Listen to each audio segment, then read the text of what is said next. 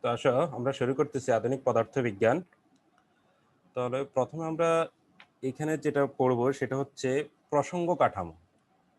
তাহলে প্রসঙ্গ কাঠামোটা আগে আমাদের জানতে হবে। প্রসঙ্গ কাঠামোটা আসলে কি জিনিস?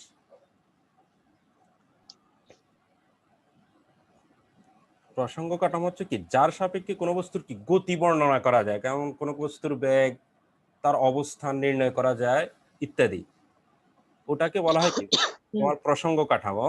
তাহলে ধরো আমরা এখানে একটা ত্রিমাত্রিক প্রসঙ্গ কাঠামোর কথা চিন্তা করি। ধরো এটা হচ্ছে একটা আমাদের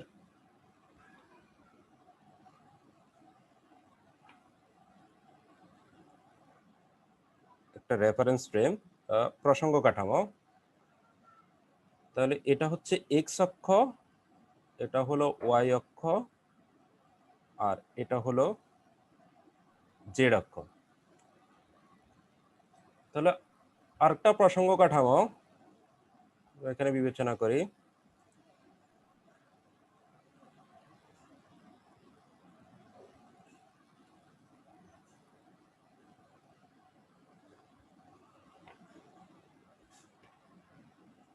এটা এক্স, এটা ওয়াই, এবং এটা হলো জেড অক্ষ। তাহলে দেখো এই প্রসঙ্গ কাঠামোটাকে, তাহলে প্রসঙ্গ কাঠামোটাকে আমরা প্রকাশ করলাম এস দ্বারা, আর এই প্রসঙ্গ কাঠামোকে আমরা প্রকাশ করলাম এস প্রাইম দ্বারা। তাহলে একটার সাপেক্ষে আরেকটা, তাহলে দুটা প্রসঙ্গ কাঠামো যখন একটির সাপেক্ষে আরেকটি ধ্রুব বেগে গতিশীল, তখন সেটাকে বলা হয় জড় প্রসঙ্গ কাঠামো বা ইনার্শিয়াল রেফারেন্স ফ্রেম।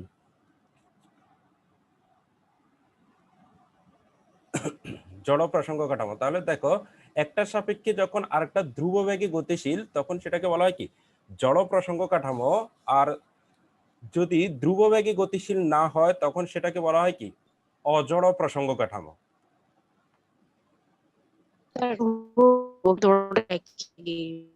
মানে বুঝি গতিশীল না, আবার থাকবে বলো। না? ধ্রুব বেগে গতিশীল বলতে কি বোঝাচ্ছে? ধ্রুব বেগে গতিশীল বলতে বোঝাচ্ছে, ধরো এই প্রসঙ্গ কাঠামোটা ধরো স্থির, এটা আমরা বিভিন্নভাবে বিবেচনা করতে পারি। ধরো এই প্রসঙ্গ কাঠামোটা হচ্ছে স্থির, আর এই প্রসঙ্গ কাঠামোটা হচ্ছে গতিশীল।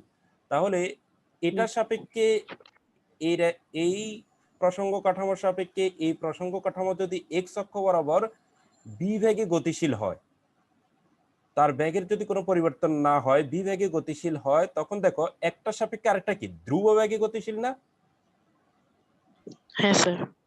মানে অলয়েজ যদি এক্স অক্ষ বরাবর সে যদি ধরো বি বেগে গতিশীল থাকে, তখন একটা সাপেক্ষে আরেকটা ধ্রুব বেগে গতিশীল। অথবা এটাকে আমরা এভাবে বিবেচনা করতে পারি, ধরো এই রেফারেন্স ফ্রেমটা হচ্ছে সামনের দিকে হাফ বি বেগে গতিশীল, আর এটা হচ্ছে পিছনের দিকে হাফ বি বেগে গতিশীল। তাহলে একটা সাপেক্ষে আরেকটা বি বেগে গতিশীল হবে না? এটা হচ্ছে সামনের দিকে হাফ বি বেগে, আর এটা হচ্ছে পেছনের দিকে হাফ বি বেগে। তাহলে একটা সাপেক্ষে আরেকটা কি বি বেগে না? একটা সাপেক্ষে আরেকটা বি বেগে গতিশীল হবে। তাহলে এটা যদি অলওয়েজ সেম থাকে, ধ্রুব বেগে যদি থাকে, তখন এই দুটার রেফারেন্স ফ্রেমকে বলা হবে জড় প্রসঙ্গ কাঠামো। আর যদি ধ্রুব বেগে না হয়, তখন সেটাকে বলা হয় অজড় প্রসঙ্গ কাঠামো। তাহলে দেখো জড় প্রসঙ্গ কাঠামোকে আমরা এক কথায় বলতে পারি, যে সকল প্রসঙ্গ কাঠামোতে নিউটনের গতিসূত্রগুলো অর্জন করা যায়, সেগুলোকে বলা হয় জড় প্রসঙ্গ কাঠামো। আর অজড় প্রসঙ্গ কাঠামো তাহলে কোনটা হবে? যেগুলাতে তোমার কি হবে, ত্বরণ থাকবে, মানে বেগের পরিবর্তন হবে, যেগুলোতে ত্বরণ থাকবে সেগুলোকে বলা হয় অজড় প্রসঙ্গ কাঠামো। যেমন লিফটের গতি, তাহলে লিফটটা হচ্ছে কি একটা অজড় প্রসঙ্গ কাঠামো, এটা অলওয়েজ ধ্রুব বেগে চলে। অজড় প্রসঙ্গ কাঠামোর সংজ্ঞা একটু বলেন তো। অজড় প্রসঙ্গ কাঠামো হচ্ছে যে সকল প্রসঙ্গ কাঠামো পরস্পরের সাথে ধ্রুব বেগে গতিশীল নয়, অর্থাৎ যে সকল প্রসঙ্গ কাঠামোর ত্বরণ থাকে, তাদেরকে অজড় প্রসঙ্গ কাঠামো বলে। তাহলে দেখো আমি আবার বলতেছি, প্রথমে হচ্ছে জড় প্রসঙ্গ কাঠামো, পরস্পরের সাপেক্ষে ধ্রুব বেগে গতিশীল যে সকল প্রসঙ্গ কাঠামোতে নিউটনের গতিসূত্র অর্জন করা যায় তাদেরকে জড় প্রসঙ্গ কাঠামো বলে।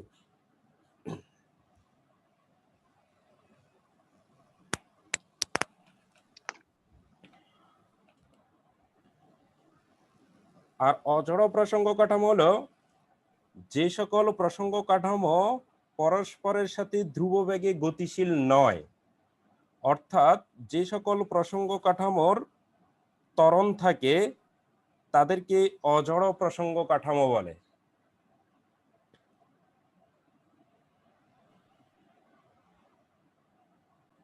তাহলে খেয়াল করো, এই যে জড় প্রসঙ্গ কাঠামো মানে একটা সাপেক্ষে আরেকটা ধ্রুব বেগে গতিশীল, এই জড় প্রসঙ্গ কাঠামোগুলা আমাদের কোথায় প্রয়োজন? সেটা হচ্ছে আইনস্টাইনের স্পেশাল থিওরি অফ রিলেটিভিটিতে আমাদের জড় প্রসঙ্গ কাঠামোটা প্রয়োজন হবে। তাহলে দেখো আমরা এখানে আইনস্টাইনের দুইটা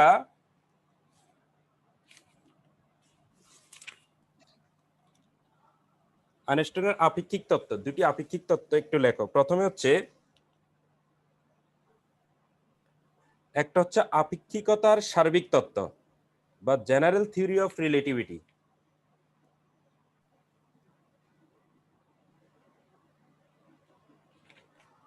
আপেক্ষিকতার সার্বিক তত্ত্ব। তো আপেক্ষিকতার সার্বিক তত্ত্বতে আইনস্টাইন যে বিষয়টা নিয়ে আলোচনা করলেন সেটা হচ্ছে গ্রহ, নক্ষত্র, ধূমকেতু ইত্যাদির গতি, অভিকর্ষ,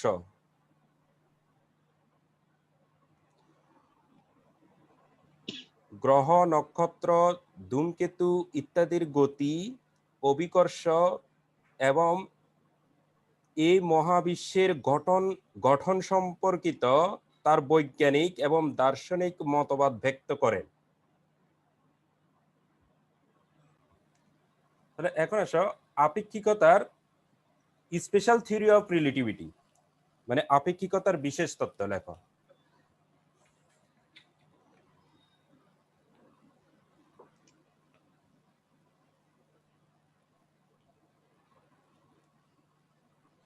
তাহলে এখানে দেখো আপেক্ষিকতার যে দুটো গুরুত্বপূর্ণ আবিষ্কারের উপর ভিত্তি করে নিউক্লিয় যুগের সূচনা হলো, তা হলো তোমার কি, একটা হচ্ছে ভরের আপেক্ষিকতা,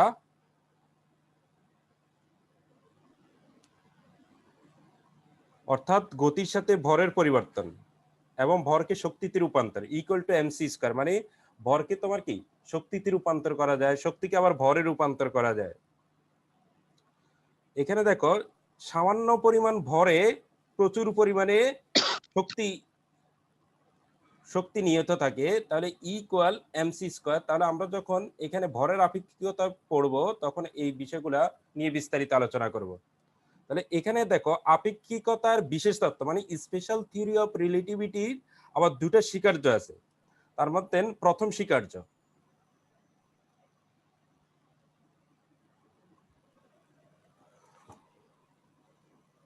স্বীকার্য হলো,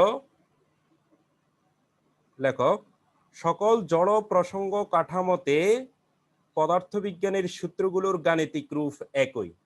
তাহলে দেখো এই প্রসঙ্গ কাঠামোতে আমরা যদি নিউটনের গতির দ্বিতীয় সূত্রটা লিখি তাহলে সেটা হচ্ছে এফ ইকুয়াল এম এ। বলুন তো, সকল জড় প্রসঙ্গ কাঠামোতে সকল জড় প্রসঙ্গ কাঠামোতে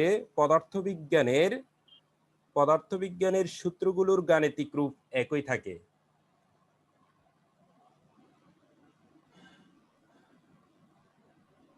এটা দ্বারা কি বোঝাচ্ছে স্যার? গাণিতিক রূপ একই থাকে তাহলে মানে? দেখো এটা হচ্ছে কি এফ ইকুয়াল এম ও এস কাঠামোতে এই যে গতির দ্বিতীয় সূত্রটা হচ্ছে এফ ইকুয়াল এম এ, আর এস প্রাইম কাঠামোতে গতির তৃতীয় সূত্রটাকে, তাহলে দেখো আরেকটা জিনিস বলে রাখি, এস কাঠামোতে আমরা যা কিছু পরিমাপ করব, যেমন কোনো কিছুর এই যে স্থানাঙ্ক ধরো এক্স, ওয়াই, জেড, টি, সময়টাকে টি দ্বারা প্রকাশ করব। আর এস প্রাইম কাঠামোতে আমরা যা কিছু পরিমাপ করব সেগুলোকে যেমন x prime, Y prime, T prime এগুলা দ্বারা প্রকাশ করব। তাহলে এখানে দেখো এই যে গাণিতিক রূপ এফ ইকুয়াল এম এ, তাহলে এস প্রাইম কাঠামোতেও এই গাণিতিক রূপের কোনো চেঞ্জ হবে না, এটা এফ ইকুয়াল এম এ থাকবে। তাহলে দেখো এখানে এফ এর জায়গা হবে এফ প্রাইম, এর জায়গা হবে এ প্রাইম। তাহলে এখানে দেখো বা এম এর জায়গা হবে এম প্রাইম, তাহলে প্রাইম দ্বারা প্রকাশ করবে। তাহলে এখানে দেখো গাণিতিক রূপের কোনো পরিবর্তন হলো? এফ ইকুয়াল এম এ, এখানেও কি F equal M A. Yes sir. সকল জড় প্রসঙ্গ কাঠামোতে পদার্থবিজ্ঞানের সূত্রগুলোর গাণিতিক রূপ একই থাকে। এবার আসো দ্বিতীয় স্বীকার্য। দ্বিতীয় স্বীকার্য হলো শূন্যস্থানে সকল জড় প্রসঙ্গ কাঠামোতে আলোর দ্রুতি। আলোর দ্রুতিকে আমরা কি দ্বারা প্রকাশ করব? সি দ্বারা প্রকাশ করব।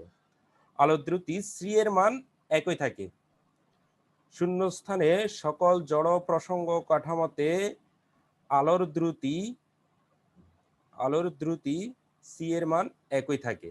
তার মানে দেখো একটা রেফারেন্স ফ্রেমের সাপেক্ষে আরেকটা রেফারেন্স ফ্রেম যত বেগই গতিশীল হোক না কেন, এখানে আলোর বেগ যদি সি হয়, মানে 3 × 10 শূন্যস্থানে 3 × 10⁸, এটা তো আমরা জানি। আর এই প্রসঙ্গ কাঠামোর একজন পর্যবেক্ষকের কাছেও আলোর বেগ সি মনে হবে,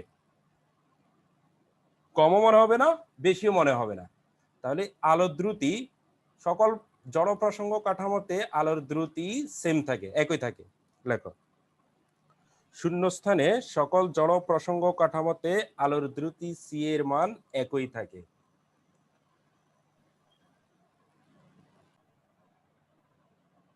তাহলে অর্থসী আসো, এখন আমরা যে টপিকসটা নিয়ে আলোচনা করব সেটা হচ্ছে গ্যালিলীয় রূপান্তর। তাহলে চিরায়ত পদার্থবিজ্ঞান।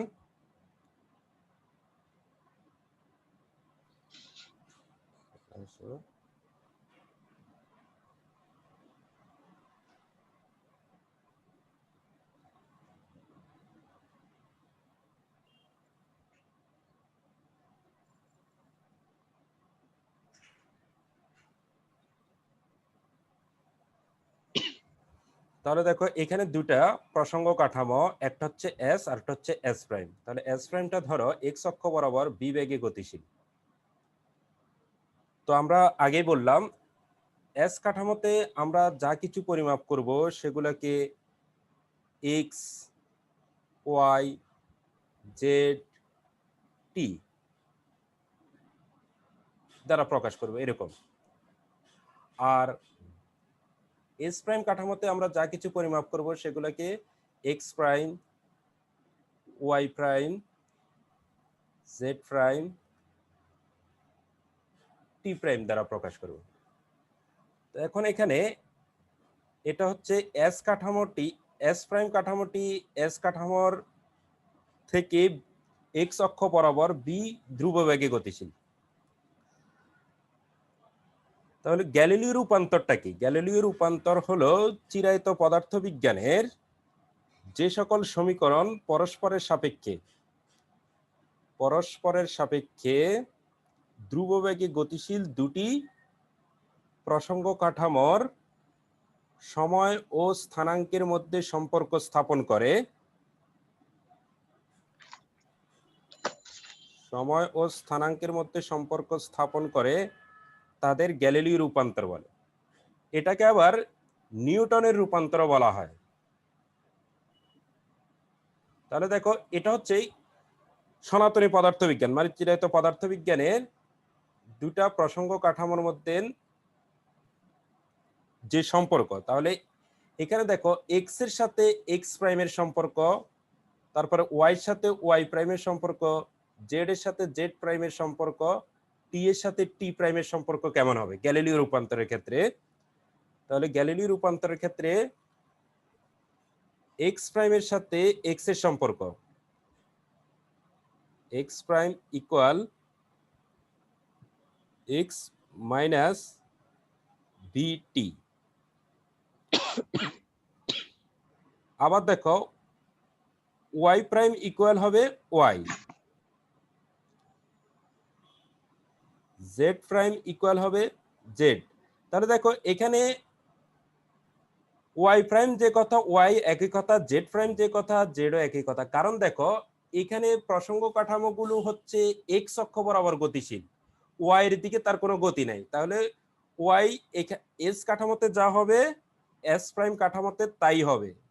জেড অক্ষ বরাবরও তার কোনো গতি নাই, তাহলে জেড প্রাইম যা হবে জেডও তাই হবে। ক্লিয়ার? আর সময়টা হচ্ছে টি প্রাইম ইকুয়াল টি, সময়ের কোনো পরিবর্তন হবে না। আচ্ছা স্যার, তাহলে আসো এখানে গ্যালিলিও বললেন যে কি আলোর ভেগটা তোমার পর্যবেক্ষকের উপর নির্ভরশীল, আর আইনস্টাইন বললেন যে কি আলোর ভেগটা পর্যবেক্ষকের উপর নির্ভরশীল নয়। তাহলে এখানে একটা অসঙ্গতি খুঁজে পেলেন, তাহলে তার বিকল্প, তাহলে বিকল্প হচ্ছে যে তোমার লরেন্জ রূপান্তর। তো লরেন্জ রূপান্তরটা আসছে তোমার তাড়িৎচুম্বক তত্ত্বের মধ্য দিয়ে এই সূত্রগুলোর জন্ম। তাহলে এখন দেখো আমরা লরেন্জ রূপান্তর নিয়ে আলোচনা করব।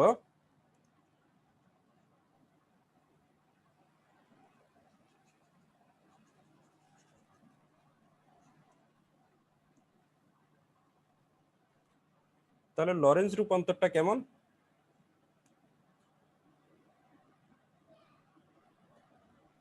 লরেন্জ রূপান্তরটা হলো তোমার এই যে এক্স প্রাইমের সাথে এক্স এর সম্পর্ক, তাহলে X prime equal X minus V T divided by root over 1 minus V square divided by C square.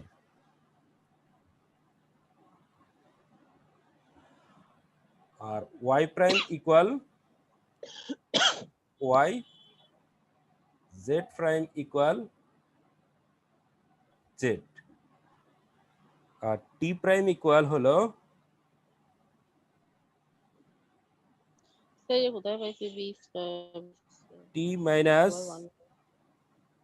bx divided by c square divided by root over 1 minus b square divided by c square। তাহলে দেখো এখানে y বরাবর তো তার কোনো গতি নাই, তাহলে y প্রাইম যা y ও তা, z এর দিকে তার কোনো গতি নাই, z প্রাইম যা z ও তা। তাহলে এখানে চেঞ্জ হচ্ছে কি x প্রাইমের সাপেক্ষে এক্স x প্রাইম আর t প্রাইম প্রাইমের সাপেক্ষে t, সময়ের এখানে আপেক্ষিকতা আছে। তাহলে এখন দেখো এটা হচ্ছে লরেন্জ রূপান্তর। আবার আমরা চাইলে এক্স এর সাথে এক্স প্রাইমের সম্পর্ক দেখাতে পারি, এক্স এর সাথে এক্স প্রাইমের সম্পর্ক, তাহলে ওটাকে বলা হয় তোমার বিপরীত লরেন্জ রূপান্তর। তাহলে সেই ক্ষেত্রে এখানে দেখো এক্স প্রাইম এক্স এর জায়গা হবে এক্স প্রাইম, বি এর জায়গা হবে মাইনাস বি, তার মানে এটা হয়ে যাবে কি প্লাস বি, টি এর জায়গা হবে টি প্রাইম। তাহলে এবার বিপরীত লরেন্জ রূপান্তর গুলো একটু লেখো।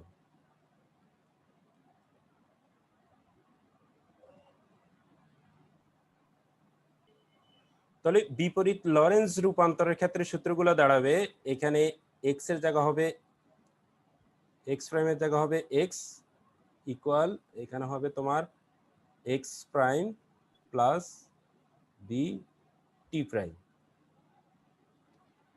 Divided by root over 1 minus V square divided by C square. তারপরে এখানে হবে y equal Y prime, Z equal Z prime, তারপরে এখানে হবে টি ইকুয়াল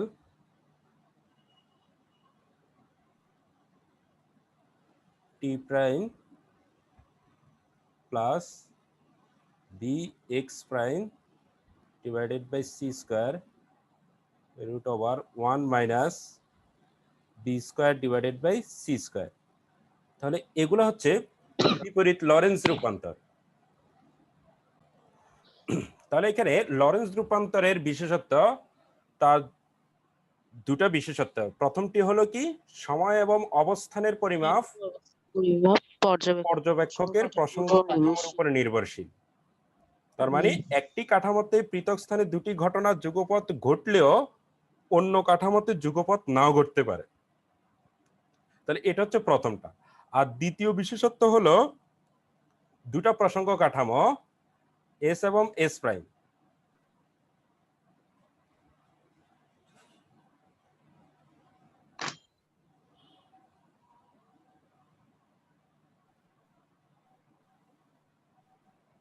এই যে এই দুটা প্রসঙ্গ কাঠামো, তাহলে এটা হচ্ছে এস আর এটা হচ্ছে এস প্রাইম, একটা সাপেক্ষে আরেকটা যদি এই যে বেগটা এই বেগ ভিটা যদি আলোর বেগের চাইতে অত্যন্ত কম হয়, তখন লরেন্স রূপান্তরটা গ্যালিলিও রূপান্তরে পরিবর্তিত হয়ে যায়।